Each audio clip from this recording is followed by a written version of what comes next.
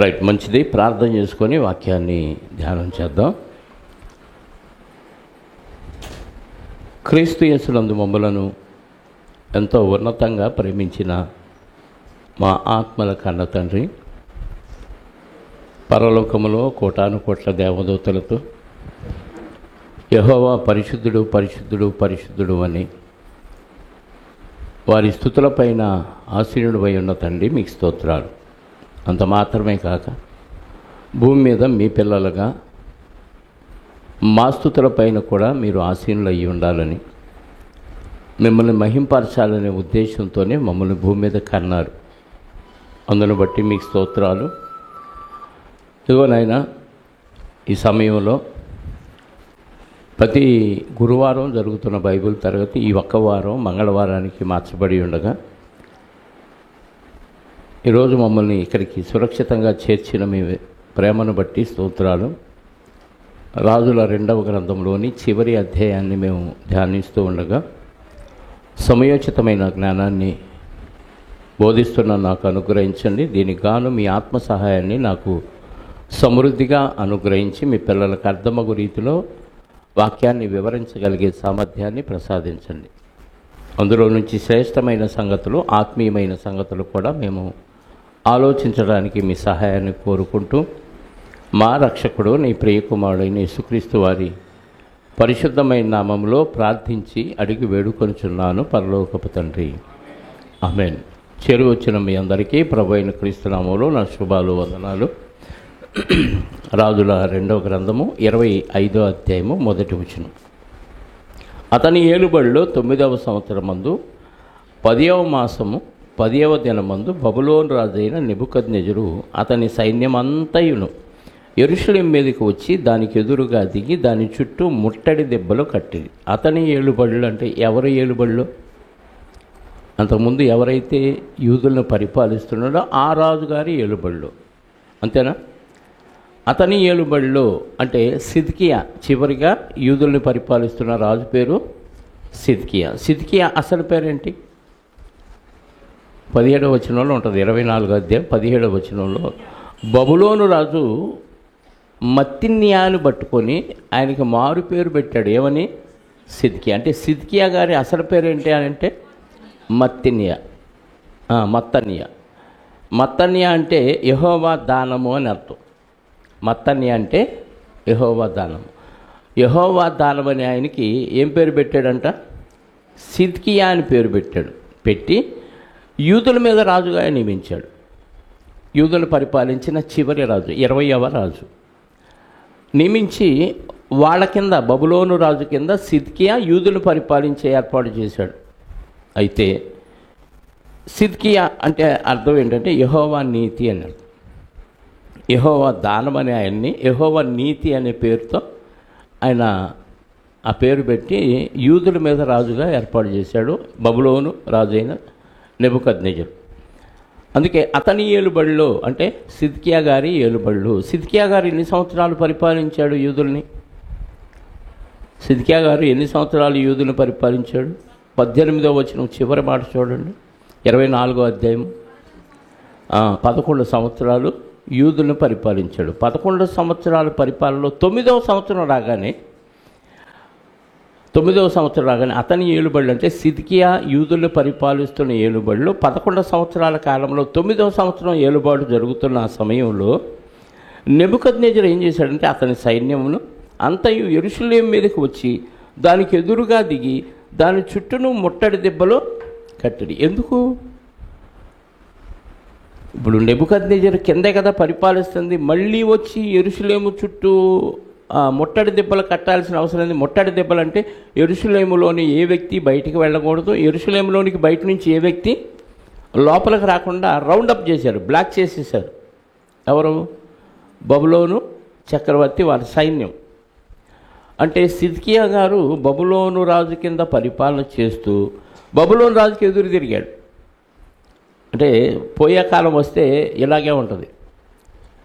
లోబడిపోయాడు, బబులోను రాజుకు లోబడిపోయి ఆయన కింద పరిపాలన చేస్తే ఆయన నియమిస్తే ఈయన రాజు అయ్యాడు. కానీ కొంతకాలానికి ఏమయ్యాడంటే ఎదురు తిరిగాడు. అందుకే 20వ వచనంలో 24వ అధ్యాయంలో యూదా వారి మీద యెరూషలేము వారి మీదను యెహోవా తెచ్చుకొన్న కోపమును బట్టి అతడు తన సముఖములో నుండి వారిని తోలివేయుటకై బబులోను రాజు మీద సిద్కియా అది తిరగబడ్డాడు కాబట్టి మళ్ళీ ముట్టడి వేయాల్సిన పరిస్థితి వచ్చింది బబులోను రాజుకి. అర్థమైందా? ఆయన కింద పరిపాలిస్తూ ఉంటే నో ప్రాబ్లం. కానీ ఏమైంది? తిరగబడ్డాడు. తిరగబడలేక మళ్ళీ యెరూషలేమును ఆక్రమించాలని చుట్టూ ముట్టడి దెబ్బలు కట్టించాడు బబులోను రాజు.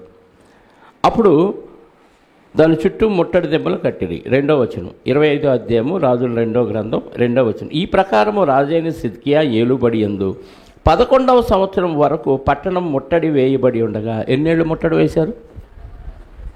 9వ సంవత్సరంలో ముట్టడి దెబ్బలు కట్టారు. ఎన్నో సంవత్సరం దాకా ముట్టడి దెబ్బలు వేశారంట. అంటే ఎన్నేళ్ళు? 4, 9, 10, 11, 3 ఏళ్ళు. 11లో 9 పోతే లెక్కలేయండి, 3 ఏళ్ళు. అంటే 3 సంవత్సరాలు యెరూషలేములో బయటికి వచ్చే పని లేదు, బయట లోపలికి వెళ్ళే పని లేదు. మరి ధాన్యం ఎట్ట, ఆహారం ఎట్ట? కరువు వచ్చేసింది. అంటే ఒక రాజ్యాన్ని జయించాలంటే ముందు ఆ రాజ్యంలో ఉన్న వారికి ఆహారం లేకుండా చేయాలి. వారు బయటకు వస్తే వేసేస్తారు. బయట నుంచి యెరూషలేములోకి వెళ్ళాలన్నా ఈ సైన్యం ఆపేసి వాళ్ళని యెరూషలేములోకి పోని చంపేస్తారు. ముట్టడి దెబ్బ కట్టడం అంటే అంత భయంకరం. అంటే ఒక మాటలో చెప్పాలంటే కర్ఫ్యూ పెట్టేశారనమాట. ఎవడో అందులోకి వెళ్ళడానికి లేదు యెరూషలేములోనికి. యెరూషలేములోంచి బయటకు రావడానికి వీలు లేకుండా చుట్టూ బ్లాక్ చేసేసారు యెరూషలేముని. రాస్తారోకో అంటారు, రోడ్లని ఆపివేయటం. అలా 3 సంవత్సరాలు ఆపేసరికి యెరూషలేములో ఉన్నధాన్యం తిని అయిపోయింది. కరువు వచ్చేసింది. కరువు వచ్చినప్పుడు తెగించటమో లోబడటం ఏదో ఒకటి చేయాలి. అక్కడ 3 సంవత్సరాలు అంటే 11వ సంవత్సరమును ఈ ప్రకారము రాజైన సిద్కియా ఏలుబడి యందు 11వ సంవత్సరము వరకు పట్టణము ముట్టడి వేయబడి ఉండగా 4వ నెల 9వ దినమందు పట్టణములో క్షామము అఘోరమయ్యను. క్షామం అంటే కరువు. అంటే 3 ఏళ్ల 4 నెలలు ఉన్న తిండేదో తినేశారు. యెరూషలేములో వాళ్ళు సమకూర్చుకున్న ధాన్యం తినేశారు. 3 సంవత్సరాల 4వ నెలలో ఏమైపోయింది? కరువు వచ్చేసింది. ఎంత అంట? అఘోరమయ్యను. కొంచెం సౌండ్ తగ్గిస్తే బాగుంటుంది. కరువు ఏమైంది? 4వ నెల 9వ దినమందు పట్టణంలో క్షామము అఘోరమయ్యను. కల్దీయులు 4వ నెల అంటే ఈ హెబ్రూ లెక్కల ప్రకారం మనకు జూను జూలై వస్తుంది. వాళ్ళ లెక్కల ప్రకారం తమ్మూజు నెల అంటారు. 4వ నెలని తమ్మూజు నెల. హెబ్రీల నెలల పేర్లు ఏతాము, తమ్మూజు ఇలా వాళ్ళ పేర్లు ఉంటాయి. ఆ నెలల పేర్లు. ఇప్పుడు 4వ నెల అంటే తమ్మూజు నెలలో అంటే 3 సంవత్సరాల 4వ నెలలో ఏమైంది? కరువు వచ్చేసింది. క్షామం అఘోరమయ్యను. కల్దీలు పట్టణము ప్రాకారమును పడగొట్టగా. కల్దీలు అంటే మళ్ళీ ఎవరు? బబులోను కదా ముట్టడి వేసింది. కల్దీలు ప్రాకారాన్ని పట్టగొట్టడం ఏంటంటే బబులోనీయులు అన్నా కల్దీయులు అన్నా ఒకటే. అది గుర్తుపెట్టుకోవాలి. బబులోను రాజ్య వారసులన్నా బబులోనీయులన్నా కల్దీలన్నా ఒకటే. ముట్టడి వేసింది ఎవరు? బబులోనీయులు. బబులోను రాజు సైన్యం. ఇప్పుడు ప్రాకారాన్ని పడగొట్టింది ఎవరు? ఏందో వింటున్నారో లేదో? కల్దీయులు. ఏం మాట్లాడట్లా, వింటలా. ప్రాకారాన్ని పడగొట్టింది ఎవరు?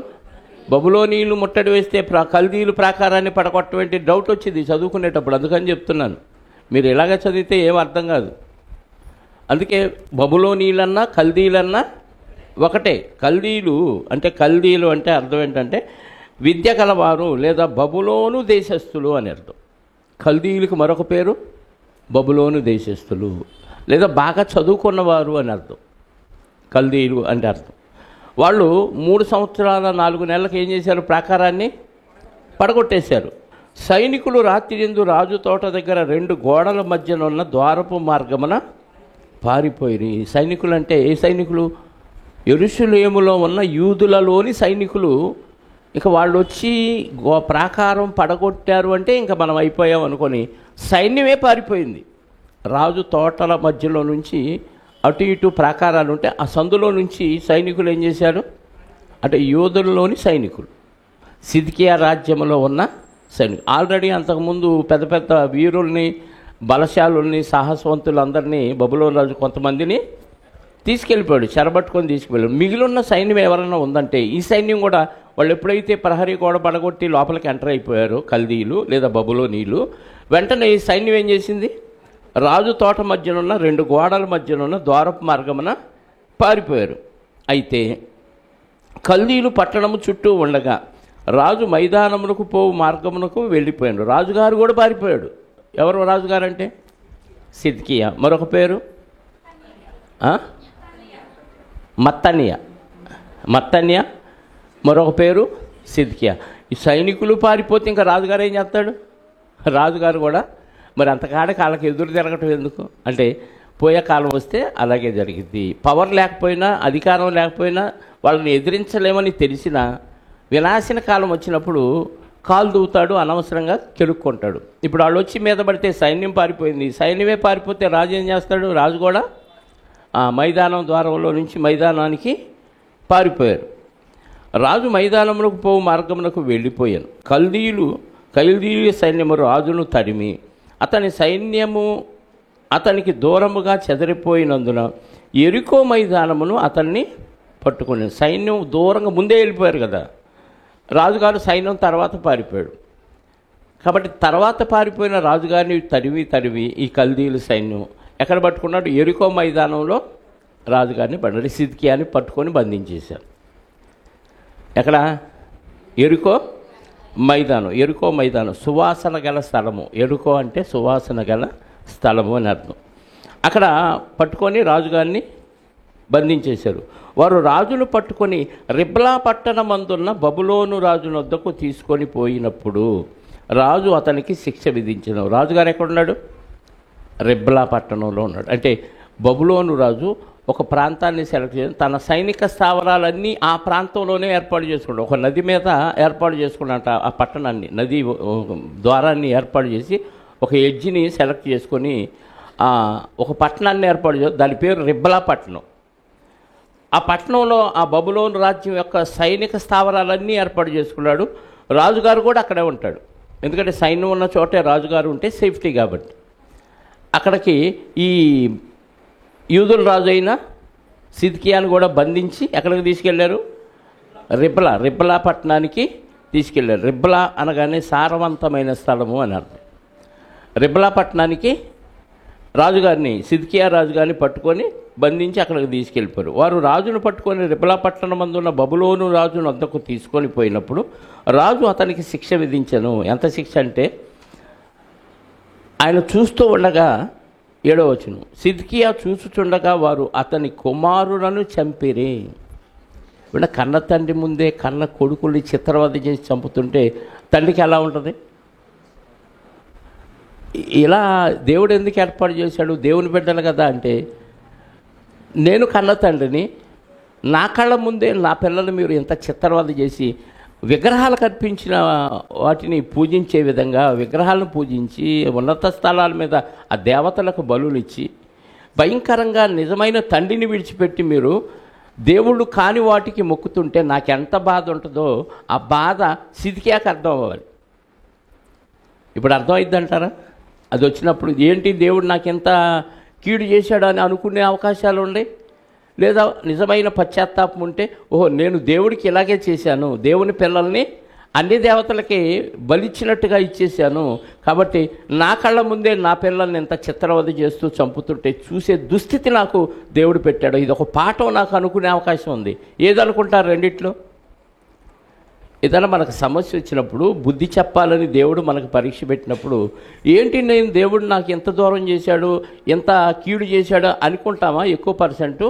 లేదు నేనేదో చేశాను దానికి పరిష్కారంగా నాకు బుద్ధి రావటానికి దేవుడు ఇది చేశాడు అనుకుంటారా? ఎక్కువ మంది ఏదనుకుంటారు చెప్పండి?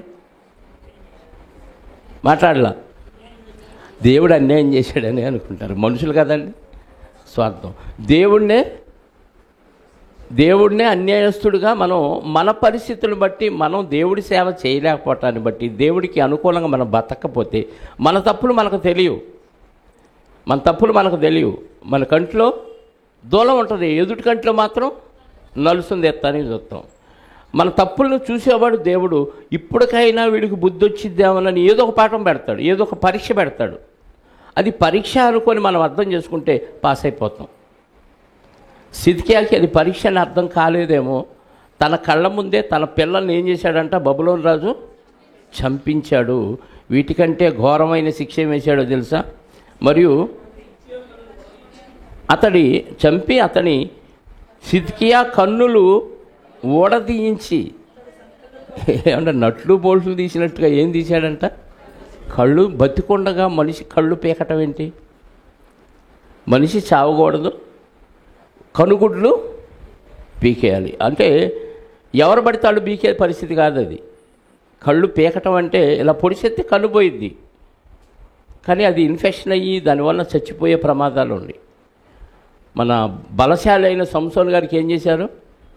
కళ్ళు తీసేశారు. అలాగే ఈ రాజు ఏం చేశాడు? ఎందుకు అంత శిక్ష వేశాడు సిద్కియా కంటే? సిద్కియా లోబడినట్టే లోబడి బబులోను రాజుకి, మళ్ళీ బబులోను రాజుకు తెలియకుండా అంటే బబులోను సామ్రాజ్యం చాలా గొప్పది, బలిష్టమైంది కాబట్టి నాకు ఎదురు తిరిగితే ఎవరికైనా ఇదే గతి పడుతుందని ఒక పాఠం బయట రాజులకి తెలియచేయటానికి ఇలాంటి కఠినమైన శిక్షలు అమలుపరిచేవాడు. దీనికంటే ఘోరమైంది, కఠినమైంది అశూరు సామ్రాజ్యం. అది ఇశ్రాయేలుని చెరలోనికి తీసుకెళ్ళిపోయింది, భయంకరమైన చిత్రహింసలు పెట్టింది. వాళ్ళు అయిపోయింది, వాళ్ళ స్టోరీ అయిపోయింది ఇశ్రాయేలీది. యూదులది ఇప్పుడు ఎంత భయంకరమైన శిక్ష అనుభవిస్తున్నారంటే కన్నులు బతికుండగానే ఏదో బండి నుంచి ఒక పార్టు నట్లు బోల్ట్లు తీసి ఊడదీసినట్టుగా కళ్ళు ఊడదీశాడంటే ఎంత బాధ అండి. ఒక గంట సేపు మెలకుగానే ఉండి బయట రోడ్డు మీదే ఉండి కళ్ళు మూసుకొని ఉండండి. నీ ముందు ఏదో శబ్దాలు వినపడతాయి, అందరూ నవ్వుకుంటున్నట్టుగా ఆనందపడుతున్నట్టుగా కామెడీలు జరుగుతున్నట్టుగా వినపడతాయి. ఇవన్నీ విని కళ్ళు తెరవకుండా ఉండగలరా? ఏంటో జరుగుతుంది, ఏదో చూడాలనిపిస్తూ ఉంటుంది. అసలు కళ్ళే పీకేస్తే ఇంకా చెవుల ద్వారా విన్నవన్నీ చూడాలని మనసున్నా, తెరుచుకోవాలని కళ్ళు అనుకున్నా ఎంత గుడ్డితనం చూడండి. అసలు పుట్టుగుడ్డి వాళ్ళకి లోకంలో రంగుల గురించి కానీ ఇంకా మిగతా ఈ చూసే విషయాల్లో ఏమీ తెలియదు కాబట్టి వాళ్ళు ఇంకా హ్యాపీగానే ఉంటారు, వాళ్ళకి బాధ ఏమి ఉండదు. మనం చూసి చెప్తుంటే ఇలా ఉంటుందేమని ఊహించుకుంటారు అంతే, వాళ్ళకి దృశ్యాలు లేవు ఇక. కానీ కళ్ళు అప్పటిదాకా చూసి సడన్గా కళ్ళు పోతే, కళ్ళు పీకేస్తే ఎంత భయంకరమైన శిక్ష. తన కళ్ళ ముందే చూస్తూ ఉండగానేమో పిల్లల్ని చంపటం, అంతవరకు కళ్ళు ఉంచారు. తర్వాత పిల్లలు చనిపోయినాక కళ్ళు రెండు ఊడబీకితే ఎంత భయంకరమైన శిక్ష అండి. దేవునికి వ్యతిరేకంగా బతకటం మాత్రమే కాక ఈ యూదులందరూ చెడిపోవటానికి కారణమైన ఇలాంటి రాజులకి దేవుడు కఠినమైన శిక్షలు విధించాడు. కళ్ళు ఊడదీయించి ఎత్తడి సంఖ్యలతో అతన్ని బంధించి బబులోను పట్టణంలోకి తీసుకెళ్ళాడు. ముందు ఎక్కడికి తీసుకెళ్ళాడు? బంధించి రిబ్లా ప్రాంతం, తన నివాసం ఉంటున్న ప్రాంతానికి తీసుకెళ్ళాడు. అక్కడి నుంచి బబులోను తన సొంత ప్రాంతానికి తీసుకెళ్ళిపోయాడు. ఇత్తడి సంఖ్యలు అంటే బాగా స్ట్రాంగ్ అన్నమాట. ఏనుగు కంటే ఇత్తడి చాలా స్ట్రాంగ్గా ఉంటుంది. అందుకే ఖైదీల్ని మనోళ్ళు ఇనప సంఖ్యలతో బిగిస్తారు, ఇత్తడి కొద్ది కాస్ట్ కాబట్టి కదా పోలీసులు. కానీ ఇత్తడి సంఖ్యలు చాలా బలంగా ఉంటాయి, ఇంకా వాటిని తెంపుకోవటం కష్టం. అందుకని ఇత్తడి సంఖ్యలతో బంధించి బబులోను సామ్రాజ్యానికి, దేశానికి, పట్టణానికి తీసుకొని వెళ్ళిపోయాడు. 8వ వచనం. ఈ విషయం దేవుడు ఒకసారి యెహెజ్కేలు గ్రంథంలో ఈ సందర్భాన్ని రాయిస్తూ ఏమన్నాడు ఒకసారి చూడగలిగితే 12వ అధ్యాయము యెహెజ్కేలు గ్రంథం 13వ వచనం ఒకసారి చూద్దాం ప్రియులారా. 12వ అధ్యాయం 13వ వచనం. అతన్ని పట్టుకొనుటకై నేను నా వలయొగ్గి వారిని చిక్కించుకొని యోదయ దేశమైన బబులోనుకు, కల్దీల దేశమైన అదే కల్దీయులు అంటే బబులోనులో ఉన్నవారు, కల్దీల దేశమైన బబులోనుకు వారిని తెప్పించదను. అయితే ఆ స్థలమును చూడకై అతడు అక్కడ, ఎందుకంటే ఈ రిబ్లా ప్రాంతంలోనే పిల్లల్ని చంపేశాడు ఆయన చూస్తూ ఉండగా. ప్లస్ కళ్ళు కూడా ఎక్కడ పీకేశాడు? రిబ్లా ప్రాంతంలోనే పీకాడు. పీకిన తర్వాత ఎక్కడికి తీసుకెళ్ళాడు? బబులోను, కల్దీయుల ప్రాంతాన్ని. అంటే అతడు చూడకయే, అంటే యెహెజ్కేలు ద్వారా దేవుడు ఏం చేశాడు? ముందుగానే ప్రవచింపజేశాడు. ఈ సిద్కియాకి ఏం జరిగిద్దో ముందుగానే ప్రవచింపజేసిన అతను మారలేదండి. ఇర్మియా గారి ద్వారా, యెహెజ్కేలు గారి ద్వారా దేవుడు ముందుగానే తెలియచేసిన వేళల్లో ఏ మార్పు రాలేదు. దేవుడు మనకు కూడా కొన్ని సందర్భాలు వాక్య రూపంలో ముందే చెబుతాడు, ఇలా చేస్తే నీకు ఇలా ఇద్ది అని. అది మనకు కాదులే వాళ్ళకులే అనుకుంటాం. అది సంభవించినప్పుడు అప్పుడు అర్థమైపోద్ది. అప్పుడు కూడా అర్థమయ్యేవాళ్ళు చాలా తక్కువ. దేవుని పక్షంగా ఆనుకున్న వాళ్ళకి ఓహో నేను ఇది చేశాను కాబట్టి నాకు ఇది జరిగింది అని ఆలోచిస్తారు. అసలు దేవుని పక్షంగా ఆలోచించని వారికి ఏదో అందరికి జరిగినట్టే నాకు కూడా జరిగిందిలే అనుకుంటారు. ప్రతి సందర్భం మన జీవితంలో జరుగుతున్నప్పుడు ఇది ఎందుకు జరిగింది అని ఒక్కసారి మనం మననం చేసుకుంటే దీని వెనక నా తప్పిదం ఏమన్నా ఉందా, లేదా నాకు పరీక్ష కోసం వచ్చిందా? తప్పిదానికి బుద్ధి చెబుతాడు. ఎందుకు బుద్ధి చెబుతా అంటే తండ్రి ఎలాగైతే కుమారుల్ని బుద్ధి చెప్పి దారిలో పెడతాడు, దేవుడు కూడా మనల్ని అంత ఈజీగా విడిచిపెట్టాడు. తప్పు చేస్తున్నప్పుడు గద్దించి దారిలో పెడతానికి, మనం దేవుళ్ళలో ఉండటానికి దేవుడు కొన్ని పాఠాలు చెప్తాడు. హెబ్రీ పత్రికలు అంటాడు కదా, తండ్రి శిక్షించని కుమారుడెవడు. ఒకసారి చూడండి 12వ అధ్యాయం అనుకుంటా, హెబ్రీ పత్రిక. ఆత్మలకు తండ్రి అయిన దేవునికి మనం ఎక్కువ భయపడాలి కదా అని హెబ్రీ పత్రిక 12వ అధ్యాయం 7వ వచనం చూద్దాం. శిక్షా ఫలము పొందుటకై అంటే శిక్షించిన తర్వాత ఫలం వచ్చింది మనకి. శిక్షా ఫలం పొందుటకై మనము మీరు సహించుచున్నారు. దేవుడు తన పిల్లలుగా మనల్ని చూస్తున్నాడు. తండ్రి కుమారుడు ఏం చేస్తాడు? శిక్షించి శిక్షణ ఇస్తాడు. తండ్రి శిక్షించిన కుమారుడు ఎవడు ఉండడు కాబట్టి కుమారులైన వారందరూ శిక్షలో పాలు దేవుని పిల్లలం కాబట్టి మనము శిక్షలో శిక్షణ ఇస్తున్నాడు. శిక్షలో శిక్షణ. చదువుకునే పిల్లలకి చదువు చెబుతూ ఉదయం నుంచి సాయంత్రం వరకు, మళ్ళీ సాయంత్రం ట్యూషను. ఇది వాళ్ళకి ఎలా ఉంటుందంటే శిక్షలాగా ఉంటుంది. ఈ బరువులు ఏంటి, ఈ మొయ్యటం ఏంటి, పొద్దుటి నుంచి సాయంత్రం దాకా చదవటం ఏంటి, ఇది అయిపోయిన తర్వాత మళ్ళీ ట్యూషన్ల పేరుతో మమ్మల్ని చిత్రవద చేస్తున్నారని శిక్షలాగా అనిపించింది. కానీ శిక్షలో ఏం కనపడుతుంది? రేపు వాళ్ళు బాగా చదువుకొని మంచి ఉద్యోగం సంపాదించుకొని హ్యాపీగా సెటిల్ అయినప్పుడు ఓహో ఆ రోజు మేము ఇంత శిక్ష అనుభవించాం కాబట్టి ఈ శిక్ష వెనక శిక్షణ ఉంది అనేది వాళ్ళకి అర్థమైంది. దేవుడు కూడా మనల్ని పరిపూర్ణులుగా చేసి పరలోకం చేర్చడానికి శిక్షలో శిక్షణ ఇస్తున్నాడు. ఏంటి దేవుడు నాకు ఇలా చేశాడు, దేవుడు నన్ను అన్యాయం చేశాడు అని ఫీల్ అయ్యామనుకోండి, నువ్వు శిక్షణ అనుకోవట్లేదు. నేనేదో దేవుడికి ఉద్ధరించేస్తున్నాడు, దేవుడికి చాలా చేస్తున్నాను కాబట్టి అయినా నా యందు దేవుడు దయ చూపలేదు అనుకుంటే చాలా పొరపాటు. మనం చేసేది చాలా స్వల్పం. అసలు అది లెక్కలో కూడా మీరు చేయవలసినవే చేయుచున్నాము, మా బాధ్యత అది అనుకోవాలి తప్ప నేనేదో ఊరిని ఉద్ధరిస్తున్నానని ఫీల్ అయిపోకూడదు. ఎంత గొప్ప సేవకులైనా సరే నేను ప్రపంచాన్ని ఉద్ధరించినట్టుగా ఫీల్ అవ్వకూడదు. మనం చేయాల్సిన కర్తవ్యం అది, నీ డ్యూటీ అది. భార్యకి అన్నం పెట్టి నేను ప్రపంచాన్ని పరిపాలించాలని ఫీల్ అయితే, పెళ్లి చేసుకున్నప్పుడే నీ భార్యను నువ్వు పోషించాలనే రూల్ ఉంది అక్కడ. భార్యకి ఆహారం పెట్టి భార్యకి బట్టలు కొని అబ్బో నేను ఊరిని ఉద్ధరించాలని ఫీల్ అయ్యాడు అనుకో, ఏమనాలి వాడిని? ఏమి తెలియని అమాయకుడు అన్నాడు. అలాగే తండ్రి బాధ్యత ఏంటంటే కుమారుని శిక్షించి శిక్షణ ఇవ్వాలి. దేవుడు కూడా మనకేం చేస్తున్నాడు? కుమారులైన వారందరూ శిక్షలో పాలు పొందుచున్నారు. మీరు ఒకవేళ ఆ దేవుడు శిక్షించినప్పుడు అందులో మాకొద్దు, శిక్ష వద్దు, మాకు ఆశీర్వాదమే కావాలి అనుకున్నారనుకో, మీరు దేవుడికి పుట్టినవారు కారు అంటున్నాడు. అచ్చ తెలుగులో మాట్లాడుకోకూడదు, కానీ మీరు నాకు పుట్టినోడు కాదంటున్నాడు దేవుడు. అర్థమైందండి? అంటే దేవుడికి పుడితే దేవుడు ఏం చేస్తాడంటే ట్రైనింగ్ ఇస్తాడు. ఆ ట్రైనింగ్ మనకు ఒక్కొక్కసారి కష్టంగా అనిపించింది, శిక్షలాగా అనిపించింది. శిక్ష వెనకాల శిక్షణ ఉంది, నాకు ట్రైనింగ్ ఉంది. ఇవన్నీ జయిస్తేనే పరలోకం వెళ్తాం కదా. ఆ విషయం మనం గుర్తుపెట్టుకొని దేవుడి ఏది చేసినా న్యాయమే. దేవుడు యోబు గారు అన్నారు కదా, ఏమని? యెహోవా ఇచ్చాను. దేవుడి వల్ల మనం మేలే అనుభవిస్తామా, కీడు అనుభవించ తగదా అంటే దేవుడు కీడిచ్చినా హ్యాపీగా అనుభవించు, మేలిచ్చినా హ్యాపీగా అనుభవించు. ఏది ఇచ్చినా దాని వెనక ఒక కారణం ఉంటుంది. ఆ కారణం మనకి ఇప్పుడు అర్థం కాకపోవచ్చు, అసలు ఈ జీవితంలోనే అర్థం కాకపోవచ్చు. కానీ చనిపోయిన తర్వాత ఓహో ప్రభు ఆ రోజు నాకు ఇది పెట్టింది ఈ కారణాన్ని బట్టా అని ఆ రోజు అర్థమైపోతుంది. కొన్ని అర్థం కాకపోవచ్చు ఇప్పుడు, కానీ ఒకానొక రోజు అన్నీ ఫుల్ క్లారిటీ వచ్చేస్తాయి. అందుకని ఏది చేసినా దేవుడు నా మంచికి, నేను మాత్రం దేవుడికి దూరం అవ్వకుండా దేవుడిని అంటి పెట్టుకునే ఉండాలి అనే ఆలోచనలో ఉండాలి.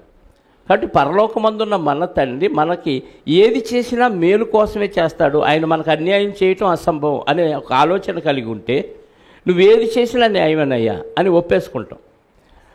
సిద్కియాకి ఈ పాఠం ఎందుకు చెప్పాడు అంటే, ఆయన చేసిన తప్పు, ఆయన వలన యూదులందరూ ఎలా పాడైపోయారో, ఆ కళ్ళ ముందే పిల్లల్ని చంపేయటం, ఇక లోకాన్ని చూడకుండా ముందే ప్రవచింపజేశాడు కదా యెహెజ్కేలు గారి ద్వారా. ఆ ప్రవచనం నెరవేరాలి. ఎందుకంటే ప్రవచింప చేసినప్పుడు పాఠం అర్థమైపోతే సరి చేసుకుంటాడు. సరి చేసుకోలేదు కాబట్టి ఏమైంది? ప్రవచనం నెరవేరిపోయింది. మళ్ళీ రాజుల గ్రంథానికి వెళదాం. ఎన్నో వచనం ఉన్నాం? 8వ వచనం.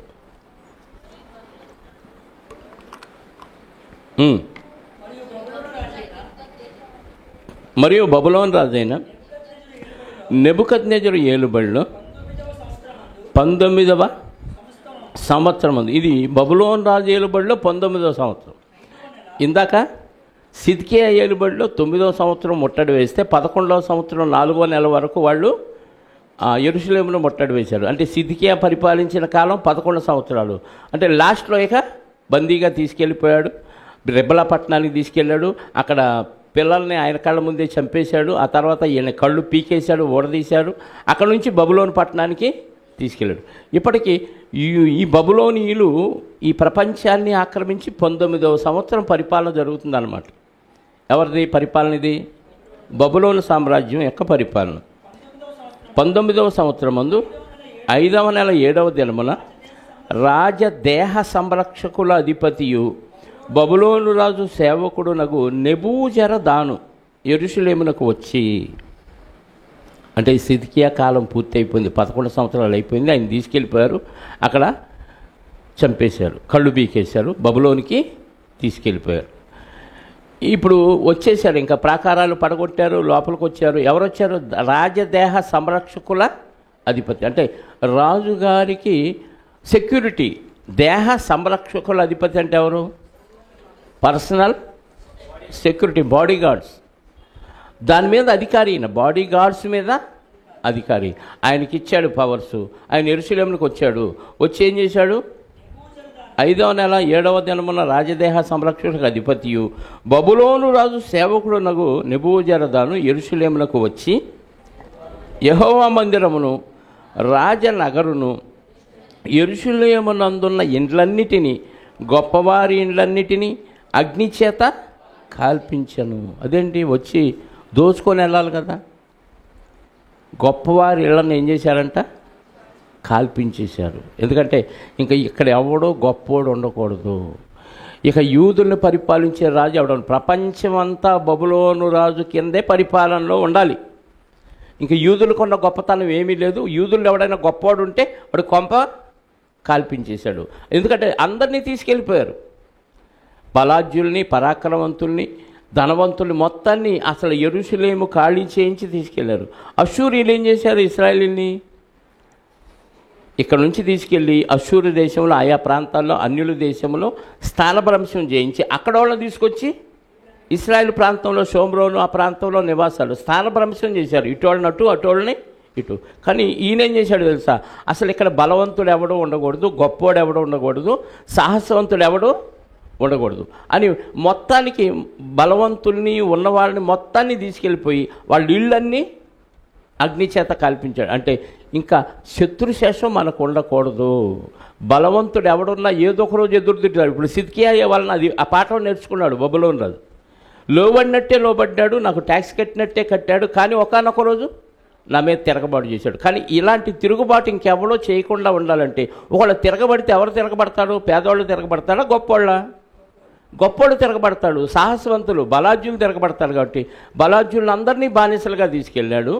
గొప్పోళ్ళు ఎవడైనా ఉన్నాడంటే, గొప్పోడికి కాస్త గర్వం ఎక్కువ కాబట్టి గొప్పోళ్ళు ఇళ్ళని మొత్తం కాల్చారు. అంటే గొప్పోళ్ళని కూడా తీసుకెళ్ళిపోయి ఉన్నవాళ్ళని వాళ్ళ ఇళ్ళన్నీ కాల్చారు. అంటే ఎవడో నాకు ఎదురు తిరిగే ఆలోచన కలిగిన వాడు ఎవడో అక్కడ ఉండకూడదు అని యెరూషలేము ప్రాంతంలోకి వచ్చేసి అక్కడ వాళ్ళ ఇళ్ళన్నిటినీ అగ్నిచేత కాల్పించను. ఒకసారి రాజుల మొదటి గ్రంథం 9వ అధ్యాయం 8వ వచనం చూడండి. అక్కడ దీని గురించిన ప్రవచనం ఏమైనా ఉందేమో. 9వ అధ్యాయం 8వ వచనం. ఈ మందిర మార్గంలో వచ్చువారందరూ దాన్ని చూసి ఆశ్చర్యపడి, ఇది సొలొమోను గారు కట్టిన మందిరం. వచ్చి చూసి ఇసి అని యెహోవా ఈ దేశములకు ఈ మందిరములకు ఇలాగూ ఎందుకు చేసినని అడుగగా, జనులిట్లందరూ ఐగుప్తు దేశములో నుండి తమ పితరులను రప్పించిన తమ దేవుడైన యెహోవారు వారు విడిచి ఇతర దేవతలను ఆధారము చేసుకొని కొలిచి పూజించుచూ వచ్చిరు గనుక యెహోవా కీడంతయు వారి మీదకి రప్పించి ఉన్నాడు. ఎందుకు ఈ దేశం ఎలా అయిపోయింది?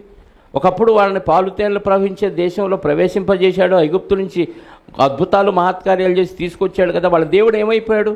ఎందుకు వీళ్ళు ఇలా అయిపోయారు అని ఎవరైనా అడిగితే, ఎందుకంట దేవుడిని విడిచిపెట్టి ఇతర దేవతలను ఆధారం చేసుకొని వాళ్ళు కొలిసి పూజించుతూ వచ్చారు కాబట్టి దేవుడు వాళ్ళని విడిచిపెట్టి దిక్కులేని వారుగా, అనాథలుగా, ఒకరికి బానిసలుగా అవ్వటానికి విడిచిపెట్టి అప్పచెప్పాడు. దీనిలో మనం నేర్చుకునే పాఠం ఏంటంటే, నువ్వు దేవుడిని అనుకొని దేవుని చిత్తానుసారంగా బతుకుతున్నంతకాలం నీకు సమస్యలు వచ్చినా సమస్యకు పరిష్కారం ఇస్తాడు. ఆపద వచ్చినా ఆపద నుంచి ఎలా తప్పించుకోవాలో ఉపాయాన్ని ఇస్తాడు. కానీ దేవుణ్ణి విడిచిపెట్టి దేవుడి స్థానంలో వేరే వాళ్ళని, మనుషుల్ని పెట్టని, డబ్బుని పెట్టని, ఇంకా దేన్నైనా పెట్టని, పనిని పెట్టని, దేవుణ్ణి విడిచిపెట్టి దేన్ని నువ్వు దేవుడి స్థానంలో పెట్టి అధికంగా గౌరవించినా పూజించినా దేవుడు ఒకానొక రోజు ఏం చేస్తాడు? అధపాతాళానికి తొక్కేస్తాడు. తొక్కేదాకా తెచ్చుకోవద్దు అంటున్నాడు. వీళ్ళు ఈ చరిత్రలన్నీ ఎందుకు చదవాలి? వాళ్ళకి ఎప్పుడో జరిగిపోయినాయి కదా. మనకేంది చదవటం వాళ్ళంటే? అందులో మనం నేర్చుకోవాల్సిన ఆత్మీయమైన పాఠం ఏంటంటే, దేవుడిని ఆనుకున్నంతకాలం దేవుడు ఎలా ఉన్నతంగా వాళ్ళని ఉంచాడు, దేవుడికి ఎదురు తిరిగినప్పుడు వాళ్ళని ఎలా తొక్కేశాడు అనే పాఠం మనం నేర్చుకోవాలి. వాళ్ళ చరిత్ర మనకేం చెప్తుందని అంటే, వాళ్ళ చరిత్ర శరీర సంబంధమైన ఆశీర్వాదం, శరీర సంబంధమైన దీవెన, శాపాలు కనపడుతున్నాయి. కానీ మనకు ఆత్మ సంబంధమైన ఆశీర్వాదం, ఆత్మ సంబంధమైన శాపాలు వచ్చేస్తాయి. ఇది పరిస్థితులను బట్టి ఆ రోజు మనకు అర్థం కాకపోవచ్చు, కానీ నిదానంగా ఒకసారి వెనక్కి తిరిగి ఆలోచిస్తే నా ఆత్మీయ స్థితి ఏంటి, నేను ఎందుకు వెనకబడ్డాను, వెనకబడటం వల్ల నాకు వచ్చిన నష్టాలేంటి, దీనివల్ల మనకి భవిష్యత్తులో ఏమన్నా ప్రమాదమా? ఇప్పుడేం జరగకపోవచ్చు ఒకవేళ. ఎందుకంటే మనం ఏ కాలంలో ఉన్నాం? కృపాకాలంలో ఉన్నాం. అందుకే ప్రకటన గ్రంథం చివరి అధ్యాయంలో ఏమన్నాడు? అన్యాయము చేయవాడు ఇంకాను అన్యాయమే చేయనిమ్ము, నీతిమంతుడుగా ఉన్నవాడిని. అంటే నువ్వు ఎలా ఉన్నా అలా వదిలేయి. వాడికి ఏం గద్దించి చెప్పాల్సిన అవసరం లేదు. వాక్యంతో చెప్పు. వింటే వింటారు, బాగుపడితే బాగుపడతారు, లేకపోతే లేదు. వాళ్ళు చేయని, నో ప్రాబ్లం. కానీ ఒకానొక రోజు వాడికి దెబ్బ తగిలిద్ది. ఆ రోజు వాడికి బుద్ధి వచ్చిన రోజు ఆడే వస్తాడు. గట్టిగా బతివలాడి బుచ్చగించి చెప్పాల్సిన అవసరం లేదు. చెయ్యనిమ్ము అన్నాడంటే అర్థం ఏంటి చెప్పండి? కాళ్ళు పట్టుకొని బతివలాడి చేయమన్నాడా? వాక్యంతో చెప్పు. వాక్యం ఎలా ఉంది, నువ్వు ఎలా చేస్తున్నావు, ఇది రాంగ్. అలా చెప్పినప్పుడు కూడా స్వీకరించకపోతే వదిలేయి. వాడికి బుద్ధి వచ్చినప్పుడు వస్తే వస్తాడు, లేకపోతే లేదు. ఎవరు కర్మ బద్ది, ఎవరు క్రియలను బట్టి ప్రతివానికి శరీరముతో జరిగించిన వాటి ఫలం వాడు అనుభవిస్తాడు కాబట్టి వదిలే అన్నాడు. ఇది కృపాకాలంలో ఉన్నాం కాబట్టి. కానీ అది శరీర సంబంధమైన కాలం. చిన్నపిల్లలుగా చూశాడు ఇశ్రాయేలీయుల్ని, యూదుల్ని. కాబట్టి శిక్ష వెంటనే వచ్చింది, ఆశీర్వాదం కూడా వాళ్ళకి వెంటనే వచ్చింది. సిద్కియా చేసిన దానికి ముందే ప్రవచనం చెప్పేశాడు. ఎవరో యెరూషలేము ఎందుకు ఇలా అయిపోయిందంటే, వీరు దేవుడిని విడిచిపెట్టి ఇతర దేవతలను పూజించి కొలిశారు కాబట్టి, ఇదిగో దేవుడు ఆ దేశాన్ని, ఆ ప్రాంతాన్ని విడిచిపెట్టాడు కాబట్టి ఈ దరిద్రం వాళ్ళకు వచ్చింది అని అందరికీ తెలిసిపోయిద్దంట. అది ముందే చెప్పాడు. ఇదిగో ఇప్పుడు జరిగింది.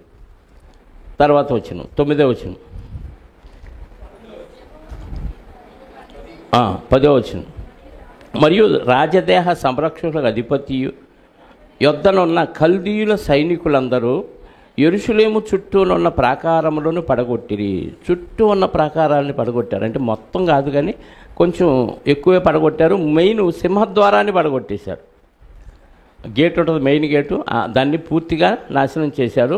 అక్కడక్కడ ప్రాకారాలని పడగొట్టారు. చుట్టూ ఉన్న ప్రాకారములను పడగొట్టిరి. పట్టణముందు మిగిలియుండిన వారిని, బబులోను రాజు పక్షమున చేరిన వారిని, సామాన్య జనులలో శేషించిన వారిని, రాజదేహ సంరక్షకుల అధిపతి అయిన నెబూజరదాను చెరగొనిపోయాను. మిగిలిన జనాల్లో బబులోను రాజుకి సపోర్ట్ చేశారు. ఈయనకి మనం లోబడకపోతే చంపేస్తాడు, లేదా కళ్ళు బీకేస్తాడు అనే భయంతో రాజుగారి పక్షంలో చేరిన వారిని బబులోనుకు తీసుకెళ్లారు. సామాన్య జనులు ఉంటారు కదా, మధ్యతరగతి వాళ్ళు, ఇలాంటి వారు, అలాంటి వారిని కూడా తీసుకెళ్ళిపోయాడు. అంటే గొప్పవాడిని తీసుకెళ్ళాడు, ఆయనకి లోబడిన వారిని తీసుకెళ్ళాడు, మధ్యతరగతి వారిని కూడా బబులోను ప్రాంతానికి తీసుకెళ్ళాడు. మరి ఎవరిని ఉంచాడు ఇక్కడంటే కటిక పేదవారిని ఉంచారు. 11వ వచనం, పట్టణంలో మిగిలి ఉండిన వారిని, బబులోను రాజు పక్షంలో చేరిన వారిని, సామాన్య జనులలో శేషించిన వారిని రాజదేహ సంరక్షకుల అధిపతి అయిన నెబూజరదాను చెరగొనిపోయాను. కానీ వ్యవసాయదారులను ద్రాక్ష తోట వారును ఉండవలనని దేశపు పేద జనములో కొందరిని ఉండనిచ్చాను. అక్కడ పంటలు ఉన్నాయి, అక్కడ ద్రాక్ష బాగా కాసిద్ది, ద్రాక్ష గెలలు బాగా కాస్తాయి, ద్రాక్ష పంట సమృద్ధిగా పండిద్ది. మరి ఈ ద్రాక్ష పంట వాళ్ళకి కావాలి కదా బబులోను రాజుకి. కాబట్టి వ్యవసాయం చేసే వాళ్ళలో కూడా ఎవరిని ఉంచాడు? గొప్పవాళ్ళని ఉంచాల, బాగా పేదలైన వారిని ఉంచారు. పేదలైన వారికి ఆస్తి ఇచ్చారు వీళ్ళు. ఎవరిది ఆస్తి అంటే వీళ్ళదే. మళ్ళీ ఇప్పుడు గొప్పవాళ్ళని తీసుకెళ్ళిపోయారు కదా బబులోనికి, ఆ గొప్పవాళ్ళ ఆస్తి ఏమైంది? పేదవాళ్ళకి ఇచ్చాడు. ఇప్పుడు వీళ్ళు ఏం చేస్తారు? అమ్మో, బబులోను రాజు మాకు ఆస్తి ఇచ్చాడు కాబట్టి ఆయనకి ఉండి మేము సేవ చేయాలి, ఆయన రుణం తీర్చుకోవాలని ఈ పేదలైన వారు, యెరూషలేములో ఉన్న పేదలైన వారు రాజుగారి కృతజ్ఞత కలిగి రాజుగారి పక్షంగా వ్యవసాయం చేసి పంట ఆయనకిచ్చి ఏదో ఆయన వేసిన ఎంగిలి మెతుకులు తింటూ యెరూషలేములో అలా శేషంగా మిగిలిపోయారు. ఎంత దయనీయమైన స్థితిలో చూడండి. అంటే ఎప్పటికైనా ఏ కారణాన్నన్నా బట్టి కానీ పేదలు కనికరించబడుతున్నారు ఇక్కడ, అది గమనించాలి కదా. యేసుక్రీస్తు వారు వచ్చిన కాలంలో సువార్త కూడా ఎవరికి ఇచ్చాడంట? కొరింథీ మొదటి పత్రిక 1వ అధ్యాయం 26వ వచనం నుండి గొప్ప గొప్ప వాళ్ళకి ఇలా, గొప్ప గొప్ప వాళ్ళందరినీ వదిలేశాడు, ధనవంతులను వదిలేశాడు, రాజులను వదిలేశాడు, అధికారులను వదిలేశాడు. ఎవరిని పట్టుకున్నాడు? కొరింథీ మొదటి పత్రిక 1వ అధ్యాయం 26వ వచనం నుండి, సహోదరులారా మిమ్మల్ని పిలిచిన పిలుపుని చూడండి, మీలో లోకరీతిని జ్ఞానులైనను ఘనులైనను గొప్ప వంశము వారైనను పిలవబడలేదు. కానీ దేవుని పనికి యెరూషలేములో నివాసం ఉంటున్న వారికి ఎవరికి ఇచ్చాడంటే కటిక పేదలకు ఇచ్చాడు. గొప్ప వంశం వారైనా జ్ఞానులైనా పిలవబడలేదు. కానీ ఏ శరీరియు దేవుని ఎదుట అతిశయింపకుండునట్లు జ్ఞానులను సిగ్గుపరచుటకు లోకములో ఉండు వెర్రివారిని దేవుడు ఏర్పరచుకొని ఉన్నాడు. బలవంతులైన వారిని సిగ్గుపరచుటకు లోకములో బలహీనులైన వారిని దేవుడు ఏర్పరచుకొని ఉన్నాడు. ఎన్నికైన వారిని వ్యర్థము చేయుటకు లోకములో నీచులైన వారిని, తృణీకరింపబడిన వారిని, ఎన్నిక లేని వారిని దేవుడు ఏర్పరచుకొని ఉన్నాడు. అంటే పేదలకు అవకాశం దొరికింది, దరిద్రులకు అవకాశం దొరికింది, ధనవంతులను మాత్రం, మధ్యతరగతి వారిని కూడా బబులోను చెరలోనికి తీసుకెళ్ళిపోయాడు. క్రీస్తు పూర్వం 586 మొత్తం క్లోజ్ అయిపోయింది. యెరూషలేము ప్రాకారాలు పడగొట్టడం, ఏమంటే యెరూషలేమును ఖాళీ చేయించడం, అతి పేదలైన వారిని ఆ ద్రాక్ష తోటలో ఈ వ్యవసాయం చేయడానికి అక్కడ ఉండనిచ్చడం, ఇవన్నీ క్రీస్తు పూర్వం 586కి బబులోను చెరలోనికి యూదులు కూడా వెళ్ళిపోయారు. అంతకుముందు 722లో ఇశ్రాయేలీలు అష్షూరు చెరలోనికి వెళ్ళిపోయారు. వీటి వెనక కారణం ఏంటి? అటు ఇశ్రాయేలీలు దేవుని విడిచిపెట్టి అన్ని దేవతలను పూజించడం ప్రారంభించి దేవుని పూర్తిగా విసర్జించారు. కాస్త కూస్తో భక్తిగా ఉన్నారు కదా యూదులు అనుకుంటే, యూదుల్లో కూడా ఎక్కువ మంది రాజుల వలన ఏమైపోయారు? దేవుని విడిచిపెట్టి అన్ని దేవతా విగ్రహాలను చేసుకొని అన్ని దేవతలకు బలులు అర్పిస్తూ పూజలు చేస్తూ నిజమైన దేవుడిని పక్కన పెట్టారు. కాబట్టి వీరిని కూడా దేవుడు వార్నింగ్ ఇచ్చి మరీ పంపించాడు. ముందే చెప్పాడు, ప్రవక్తల ద్వారా వార్నింగ్ ఇచ్చాడు, మీరు ఇలా చేస్తే ఇలా జరిగిద్ది అని. ఏ యొక్క రాజు పరిస్థితి ఏమైపోద్దో కూడా ముందే చెప్పిన వాళ్ళు వాటిని పెడచెవిన పెట్టారు. పరిష్కారం ఏం జరిగింది? బబులోను చెరలోనికి వెళ్ళిపోయారు. తర్వాత వచ్చిన మరియు యెహోవా మందిరమందున్న ఎత్తడి స్తంభములను, మట్లను, యెహోవా మందిరమందున్న ఎత్తడి సముద్రమును కల్దీలు తునకలుగా కొట్టి ఆ ఎత్తడి బబులోను పట్టణమునకు ఎత్తుకొని ఆ మందిరంలో అప్పుడు సొలొమోను గారు కట్టించినప్పుడు ఇత్తడితోనూ బంగారం ముందే ఊడ్చుకెళ్ళిపోయారు చాలా వరకు. ఇత్తడి స్తంభాలు, ఆ స్తంభం మీద ఒక పళ్ళెము, సముద్ర వత్సరం అని, దానికి చుట్టూ దానిమ్మ పళ్ళు అని డిజైను, పెద్ద పెద్దవి అండి అవన్నీ. కొన్ని మణుగుల వెయిట్ ఉన్న వస్తువులు అవన్నీ ఇత్తడితో చేయబడినవి. వాటన్నింటినీ తీసేసి నలగొట్టి తునకలు అంటే ముక్కలు చేసి, అంటే రా మెటీరియల్గా మొత్తాన్ని బబులోనులోనికి తీసుకెళ్ళి. ఎవరు ఇదంతా చేసింది? రాజదేహ సంరక్షకుల అధిపతి అయిన నెబూజరదాను ఈ పని అంతా చేశాడు. 14వ వచనం, సేవ కొరకై ఉంచబడిన పాత్రలను, అంటే దేవుని మందిరంలో సేవ కోసం గంగాళాలు, ఇత్తడి గిన్నెలు, ఇత్తడి పాత్రలు, ఇత్తడి గరిటెలు, ఈ కాళ్ళు కడుక్కోవటానికి ఉపయోగించే పాత్రలు, వీటన్నిటినీ సేవ కొరకై ఉంచబడిన పాత్రలను, చేటలను, ముండ్లను, దుపాత్తులను, ఇత్తడి ఉపకరణములన్నిటినీ వారు తీసుకొని పోయిరి. అగ్నిపాత్రలు, గిన్నెలు మొదలైన వెండి వస్తువులను, అగ్నిపాత్రలు అంటే కాల్చేవి, దాంట్లో పెట్టి మాంసాన్ని కాల్చేవి, కానీ వీటన్నిటినీ ఏం చేశారు? అగ్నిపాత్రలు, గిన్నెలు మొదలైన వెండి వస్తువులను, బంగారు వస్తువులను రాజదేహ సంరక్షకుల అధిపతి తీసుకొని పోయాను. మరియు అతడు యెహోవా మందిరమునకు సొలొమోను చేయించిన 2 స్తంభములను, సముద్రమును, మట్లను తీసుకొని 2 ధ్వజస్తంభాలు పెట్టాడు సొలొమోను గారు. వాటిని కూడా, వాటిపైన ఉన్న సముద్రాన్ని, ఆ డిజైన్ని చేయించిన వాటన్నిటినీ దించి ఎరగొట్టి ముక్కలుగా చేసి బబులోనికి తీసుకొని పోయాడు. ఈ ఇత్తడి వస్తువుల ఎత్తు లెక్కకు మించి ఉండను. ఎంత అని లెక్కేద్దామంటే అసలు లెక్కేయలేకపోయారంట. అంటే ఖాతా అంత లేదు వాళ్ళ దగ్గర. అంత విస్తారమైన ఇత్తడి, వెండితో అన్ని వస్తువులు ఆ రోజు సొలొమోను గారు చేస్తే వాటన్నిటిని ఏమైపోయింది? దేవుని పరిచర్యకు వాడే వస్తువులు కూడా ఏమైపోయింది? మనుషుల అవిధేయత వలన ఏమైంది? భ్రష్టు పట్టిపోయింది. ఏమంటే చాలామందిని చూశానండి నేను సమాజం, ఏదో చేద్దాము, దేవుని పరిచర్య చేద్దామని అది ఇది కొనేసి దేవుని కొరకు ఏదో చేద్దామని కొడితే చివరికి అవి తుప్పుబట్టి పాడైపోయి తక్కువ రేటుకి అమ్మాల్సిన పరిస్థితి వచ్చింది. నా కళ్ళతో చూశాను నేను. భక్తి ప్రారంభంలో అది చేద్దాం, ఇది చేద్దాం, ఇరకతెద్దాం అనుకొని చాలా డబ్బులు ఖర్చు పెట్టి చాలా వస్తువులు కొని అవి దేనికి? దేవుని పరిచర్యకు వాడబడకుండా నిర్వీర్యమైపోయి, కొన్ని ఎలుకలు కొట్టి, కొన్ని వస్తువులు పాడైపోయి అతి తక్కువ ధరకి అమ్మాల్సిన పరిస్థితి వచ్చింది.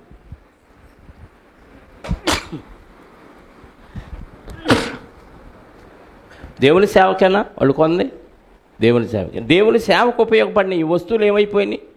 మనుషుల అవిధేయత వల్ల వస్తువులు కూడా ఏమైపోయినాయి? నాశనం అయిపోయినాయి.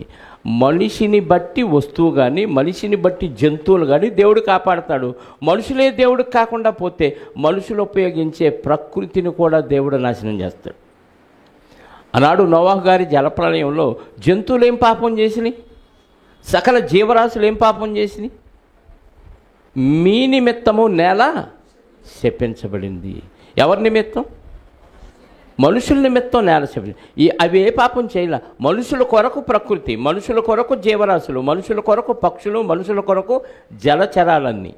మనుషులే దేవుడికి కాకుండా భ్రష్టులైపోయినప్పుడు దేవుడు ప్రకృతిలో దేన్ని మిగల్చడు. ఒకానొక రోజు మనుషులందరూ భ్రష్టులైపోయినప్పుడు అక్కడక్కడ కొంతమంది విశ్వాసులు ఉన్నప్పుడు అప్పుడెప్పుడో ప్రభువు రాకడొచ్చిద్ది, మొత్తాన్ని నాశనం చేస్తాడు. ప్రకృతి మొత్తం కాలిపోద్దంట, మొత్తాన్ని కాల్చేస్తాడు. దేవుడి పని కొరకు ఉపయోగించిన ఈ ప్రకృతిని దేవుడు ఏం చేస్తాడు?